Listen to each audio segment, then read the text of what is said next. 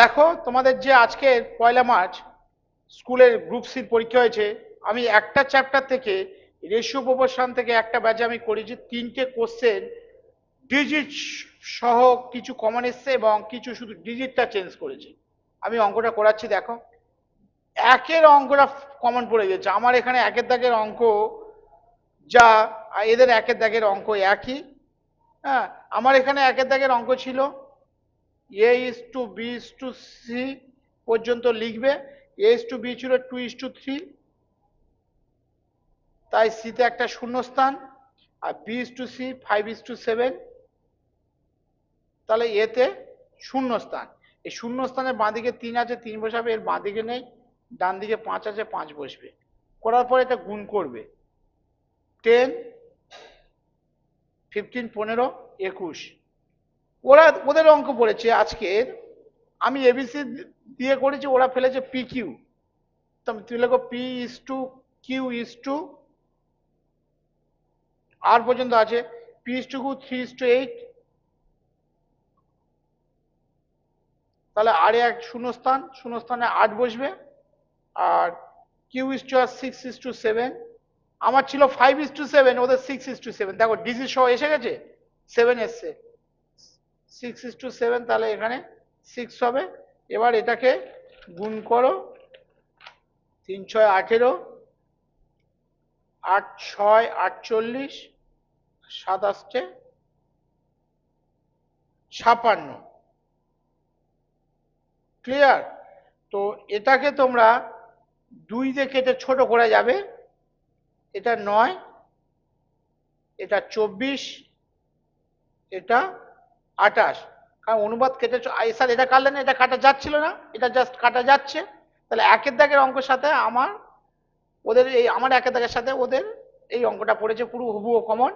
এবার দেখো একটা ইয়ের অঙ্ক আসছে, মিনের অঙ্ক, আমার 22-এর দাগের অঙ্ক, ওদের সেটা পড়েছে 11, এই সেট অনুসারে 11 দাগের অঙ্ক। আমার এটা 22-এর দাগে, আমার অঙ্কটা আগে করাবো, তারপরে ওদের অঙ্ক দেবো।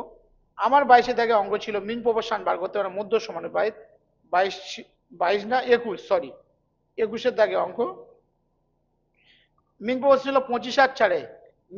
মিন প্রপোর্শন মানে মাঝখানে দুটো নেই, মাঝের দুটো এক্স ধরে নেবে, আর প্রথম আর লাস্ট লিখবে, কোনাকুনি গুণ করলে এটা 100 হবে, x=10 হবে। আর ওদের সেটে 11 দাগের অঙ্ক দেখো, 9 আর দিয়েছে, তার 9/x=x/16, তা গুণ করলে x², এটা গুণ করলে 144, x=12। তাহলে একই অঙ্ক। একটা সেটে 3টে অঙ্ক কিভাবে কমন পড়ে সেটা আমার সেট ছাড়া বোঝা যাবে। ম্যাথ পয়েন্টের, এটা ম্যাথ পয়েন্ট নাম, এর সমস্ত কোশ্চেন ধরে ধরে কমন আসে ডিজিট সহ, এবং কয়েকটা জায়গায় ডিজিট শুধু চেঞ্জ করে দিয়েছে। এবার আমি অঙ্কে আসছি, 50-এর অঙ্ক। আমার সেটের অঙ্ক আছে এটা 27-এর দাগে। দেখো আমার সেটের অঙ্কটা আমি আগে আসবো, 27। 27 দাগে অঙ্ক ছিল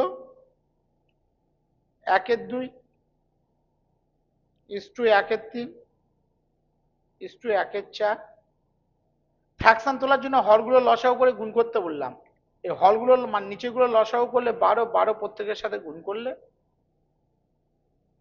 প্রত্যেকের সাথে 12 গুণ করলে ফ্র্যাকশন তোলার জন্য নিচেগুলো লসাগু করতে হয়। এটা করলে 6, এটা 4, এটা 3। ওরা এটা চেয়েছে, আমি এর সাথে একটা অ্যাড করে দিয়েছিলাম যে টোটাল টাকা 13, বইয়ে কত বলছে, আমরা পেসিভ করে টাকা বলেছি, ওরা শুধু এটাই বলেছে যে রেশিও বার করলে হয়ে যাবে। তাহলে এখানেই শেষ, গল্প শেষ করলেই হয়ে যেত। এবার ওরা যেটা বলেছে 50-এর দাগে, কত ইজি অঙ্ক দেখো। এটা আমার পার্টনারশিপেও আছে, 1:1/2 1/3। তাহলে ফ্র্যাকশন থাকলে ফ্র্যাকশন দূর করার জন্য হরগুলো লসাগু করতে হবে। 2 আর 3 6, 6 প্রত্যেকের সাথে গুণ করতে হবে। 6 1 × 6 করো, 6 প্রত্যেকের সাথে গুণ করবে, 3 × 6 করলে আমার অঙ্ক হয়ে যাবে 6:, এটা কাটলে 3:, এটা কাটলে 2। একটা চ্যাপ্টার থেকে 3টে অঙ্ক কমন পড়ছে দেখো। আরেকটা আমি দেখবো প্রফিট আর লসের অঙ্ক এসছে, তোমাদের কালকের অনেকের করিয়েছি প্রফিট অ্যান্ড লস, এবং বলেও দিয়েছি স্পেসিফিক করে যে এই অঙ্কটা চাকরি পরীক্ষায় আসবে, যেটা স্পেসিফিক করে আগের দিন রাতে বললাম সেই অঙ্কটা স্পেসিফিক করে তোমাদের এসছে। অঙ্কটা আমি দেখছি, দেখো। এগুলো কিছু নয়, পড়িয়ে পড়িয়ে একটা এক্সপিরিয়েন্স হয়ে যায় যে কোন পরীক্ষায় কি আসে, সেই এক্সপিরিয়েন্স অনুসারে আমি অঙ্কটা বলেছিলাম। এখানে আমার 21 দাগের অঙ্কটা, 21-এর অঙ্কটা করাই। সিপি আর এসপির অনুপাত ছিল 4:11। তাহলে পার্সেন্টেজ চেয়েছে, সিপি থেকে এসপি বড় হলে প্রফিট হয় 1, আর পার্সেন্টেজ চাইলে সিপি নিচে 4 টাকার উপর 1 টাকা প্রফিট, 100-এর উপর কত। তাহলে সিপিটা নিচে আর প্রফিট হচ্ছে 1, পার্সেন্টেজ স্কুল ইন্টারনেট 25%। এটা 21-এর দাগে অঙ্ক। ওরা আমার এই অঙ্কের পরিবর্তে ওরা শুধু ডিজিট চেঞ্জ করে লিখেছে, সিপি এসপি কোনো ডিফারেন্স নেই, দেখো 5:16। দেখো 4-এর পরিবর্তে ওরা 5 দিয়েছে, 5-এর পরিবর্তে 16 দিয়েছে। তাহলে প্রফিট হচ্ছে কত, এটা বিয়োগ করবে, 11 প্রফিট হচ্ছে। তাহলে সিপিটা নিচে হয়, 5টা নিচে আর প্রফিট 11টা ওপরে, ইন্টু 100। এটা কাটাকাটি করো,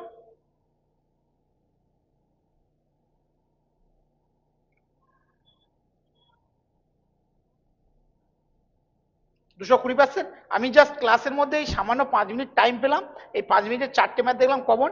পুরো ম্যাথ যে 30টা আছে সমস্ত কমন। আমি পরবর্তীকালে আরো ভিডিও নিয়ে আসবো, যে ম্যাথ পয়েন্ট পড়লে শুধু শেখা যায় না, শর্ট টিপসে সমস্ত ম্যাথ কমন পাওয়া যায়।